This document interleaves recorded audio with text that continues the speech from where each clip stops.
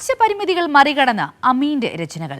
Palakkad Sultanpet GLP സ്കൂളിലെ 1ാം class വിദ്യാർത്ഥിയാണ് അമീൻ.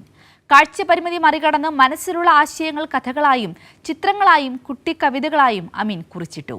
ഒടുവിൽ മന്ത്രി വി ശിവൻകുട്ടിയുടെ അടുക്കലേക്കും ആ രചനകൾ എത്തിയിരിക്കുകയാണ്.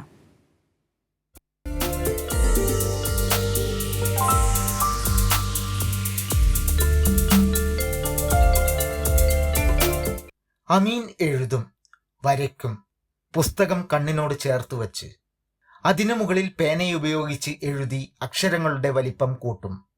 അങ്ങനെ എഴുതിയാലേ അമീന് വായിക്കാനാവൂ. വലതു കണ്ണിന് കാഴ്ചയില്ല, ഇടതു കണ്ണിനാണെങ്കിൽ 95% കാഴ്ചാ പരിമിതിയും. ഇരുളണഞ്ഞ ജീവിതത്തിലേക്കല്ല, സർഗാത്മകതയുടെ ലോകത്തേക്ക് പിച്ചവെക്കുകയാണ് അമീൻ. പാലക്കാട് സുൽത്താൻപേട്ട GLP സ്കൂളിലെ 1ാം ക്ലാസ് വിദ്യാർത്ഥിയാണ് KN അമീൻ.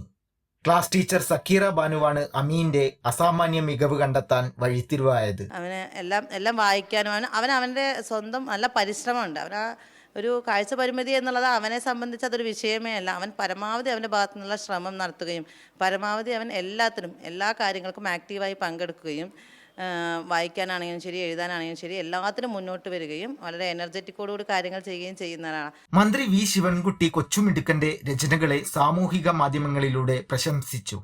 അമീൻ എഴുതിയ കഥകൾ എന്റെ കഥകൾ എന്ന പേരിൽ വിദ്യാലയം പുസ്തക രൂപത്തിൽ പ്രസിദ്ധീകരിച്ചു. സുൽത്താൻപേട്ട GLP സ്കൂളിലെ വർണ്ണോത്സവത്തിന്റെ ഭാഗമായി മറ്റു കുട്ടികളുടെ പുസ്തകത്തോടൊപ്പം പ്രകാശനം ചെയ്തു. നിരവധി പ്രതിസന്ധികളെ അതിജീവിച്ചാണ് ഈ കൊച്ചുമിടുക്കൻ അമീൻ മുന്നേറിക്കൊണ്ടിരിക്കുന്നത്.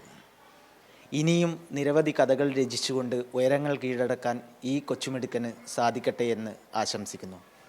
ക്യാമറമാൻ മഹേഷ് പാലക്കാടിനൊപ്പം സച്ചിൻ വള്ളിക്കാട്, കൈരളി ന്യൂസ്.